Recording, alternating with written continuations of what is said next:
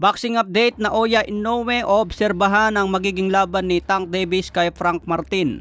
Kailangan daw ni Inoue maupo sa ringside para masilip ang galawan ni Tank Davis. Marami nga pong nagsasabi na baka raw may posibilidad na mapalaban si Inoue kay Tank Davis. Hindi man ngayon pero sa mga darating na taon. Lumalaban ngayon si Inoue sa Super Bantamweight 122 pounds. Kailangan niya umakyat hanggang 135 pounds para makalaban si Tank Davis. Maliit lang yung 13 pounds mga tol, katumbas lang po yun ng 5.8 kg.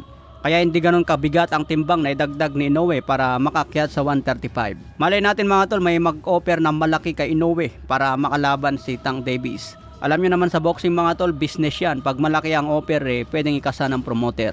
Pero medyo matagal pa yan bago siguro umakyat si Inoue sa 135. Sa ngayon balak ni Inoue maging champion sa super featherweight para maging 5 division champion. Sa ibang banda naman, Tank Davis nangako na tatapusin niya si Frank Martin sa loob lamang ng round 8. Hindi raw tatapusin ni Davis sa decision dahil pinapangako niya ang isang knockout. Pero sinabi naman ni Frank Martin wag lang magkamali si Tank Davis dahil posibleng siyang matalo sa laban.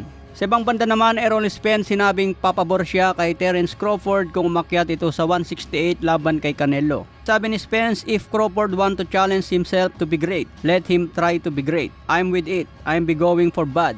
I don't know if he'd win or lose, but if anybody can pull it off, he can pull it off. He's chasing greatness. Kung hinahabol daw ni Crawford ang isang greatness at naniniwala siya na kayang talunin si Canelo, posible daw ito mangyari na kayang gawin ni Crawford. Kaya suportado ni Spence mga tol ang gagawin ni Crawford na pag-akyat sa 168 pounds. May paparating na laban si Spence laban kay Sebastian Fundora. Kaya abangan po natin ang pag-akyat niya sa 154 pounds. May parating na laban din si Crawford ngayong August 3 kontra Israel Madrimov. Okay mga tol, abang na lang po natin ang matinding bakbakan ngayong linggo. Lalong-lalo na yung laban ni Mark Magsayo kay Eduardo Ramirez. Kung impresibo ang panalo ni Magsayo, lalo na kung matapos sa knockout, posibleng umangat sa ranking. Sa ibang banda naman, future ng boxing mas gumaganda, lalo na kung matuloy itong pinaplano ni Turki Al-Arshi ng Saudi Arabia. Balak kasi mga tol paglabanin yung mga pinakamamalakas na boxer sa bawat division. Kaya nakikipagnegosasyon ngayon si Excellency Turki Al-Arshi sa mga bigating promoter. Lalong-lalo na itong Top Rank, Golden Boy at PBC at Matchroom Promotion.